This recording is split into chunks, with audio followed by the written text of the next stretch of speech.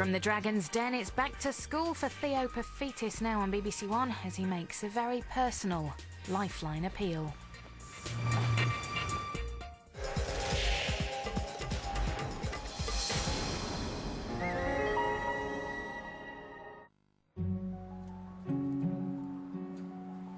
I'm more used to being in the Dragon's Den, but today I've come to my old primary school.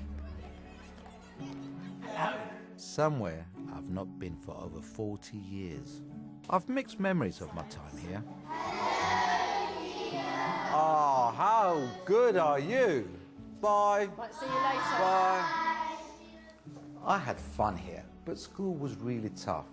I found it really difficult to keep up with my friends in the classroom. Reading, writing, spelling, it baffled me.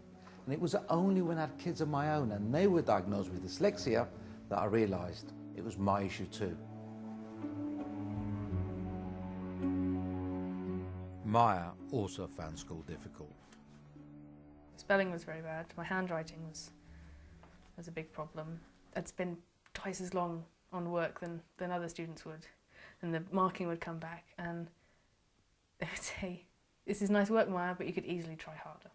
And I was trying so hard. She was enormously unhappy, just enormously unhappy. And every day was a struggle to get her through that day or to get her to go into school. I felt quite inadequate. I felt like I was stupid.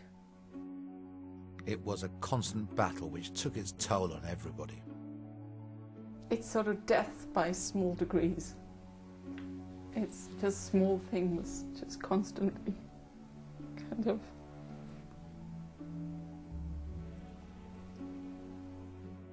When she was 12 years old, Maya was diagnosed with dyslexia. At that point, the question really was, well, you know, we're armed with this information now, well, what do we do about it? My experience of dyslexia has led me to get involved with BIBIC, a small charity that works to help children with a range of developmental problems such as autism, cerebral palsy and dyslexia. Robert seemed like a perfectly healthy little boy, but as he grew up, his parents realised he wasn't developing as he should. You wave hello to Daddy. He was diagnosed as partially deaf, but there seemed to be other problems. We started to realise there was something else going on. He was finding it very difficult to speak. He was finding it difficult, especially to read, to do simple puzzles. Robert's problems communicating meant he could only express his frustration through violence. By the time he was 8, he was regularly being excluded from class.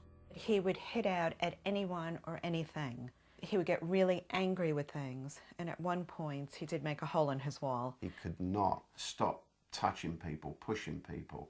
It was just impossible for him. We were just in this black hole, and we couldn't get help.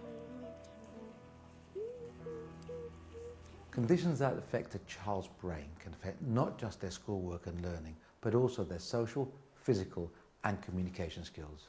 BIBIC offers these children a tailored therapy program to be implemented by their families at home, which aims to tackle all aspects of their condition. Ben is 10 years old. He has a number of developmental delays which have made him lack confidence, and he is selectively mute. Rough and scratchy. When he first came to BIBIC, he was only able to talk to family and whisper to a couple of school friends.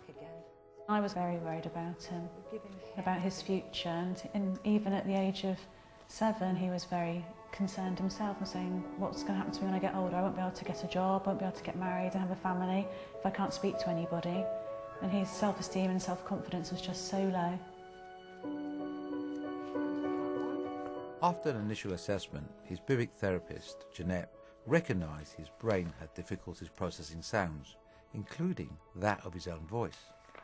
Right, Ben, I'd like you to just copy these shapes for me. Ben also had problems with short-term memory and coordination, which further dented his confidence. Under the BIBIC programme, the child is given a set of exercises and techniques to take away with them and do at home with their family. Thank you. They're designed to stimulate and open new brain pathways. Nice and strong. The programme itself can make life-changing differences to families. You can have a very different child, quite unrecognisable in the way they interact with people compared to how they were when they first came. He just seems to be on the up now, really. His confidence is so much higher. He goes to a school of 130 pupils and speaks to all of them, speaks to all the teachers now, and he's like a totally different boy. Just so proud of him, really.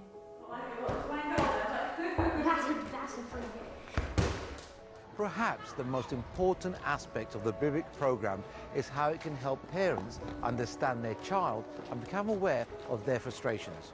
For many parents, it can be the turning point, enabling them to support their child more effectively and face the challenges together. Right, so roll one. Robert had his first BIBIC assessment a year ago, and the therapist established that his brain was having a lot of difficulty processing touch and pain. His parents were given a set of massage exercises to do at home. The massaging was supposed to stimulate all your muscles, get your body to recognize all the different feelings. And he now does, for better or worse, he now feels pain. Mr. Tongue sees an even bigger hole. The therapy also tackles Robert's difficulty forming words. He's also talking a lot more. A goal and a rectangle. He's starting to read now. Very small quantities, but he's starting, we're seeing the progress again. Big, goal. I feel like we're starting to enjoy life. In the space of a year, I guess it's fair to say that we've got a new son. After Maya was diagnosed with dyslexia at age 12, her parents found out about BIBIC and went along for their first assessment. I love the place. The BIBIC is brilliant. It was such a warm welcome. The therapist suggested that Maya used coloured filters to help her read and gave her techniques to boost her memory. You get this feeling that you're not going to be judged. You're not going to be thought of as stupid or lazy. Find the workarounds. Maya's come to meet me so I can find out how she's doing now. I'm dyslexic, and you're absolutely right. Early on, when nobody realises what your issues are, it's incredibly, incredibly tough. Frustrating. I didn't think I was going to finish school. Right. Once I'd been through the programme, I left school with 10 GCSEs, A stars in them.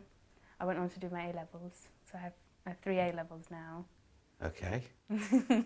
Wow. Kind of given up before then, even though I knew I was dyslexic before I went to BIBIC. It was only after I went to BIBIC that I felt like it was worth trying, like I was worth trying. It changed my life completely. The BIBIC programme can help families unlock their child's full potential, but to change the lives of more children, the charity needs your support. Please go to the website bbc.co.uk/lifeline, where you can donate. If you don't have access to the internet, then call 0800 011 011. And if you can't get through, please, please, please keep trying. You can also donate £10 by texting GIVE to 70121. Text costs £10 plus your standard network message charge, and the whole £10 goes to BIBIC. Telephone calls are free from most landlines. Some networks and mobile operators will charge for these calls.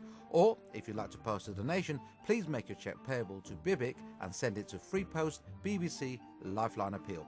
Remember, if you're a UK taxpayer, the charity can collect gift aid on your donation, worth another 25%. Just send in a note to say you want your donation to be subject to gift aid, and include the date, your full name and address. Thank you.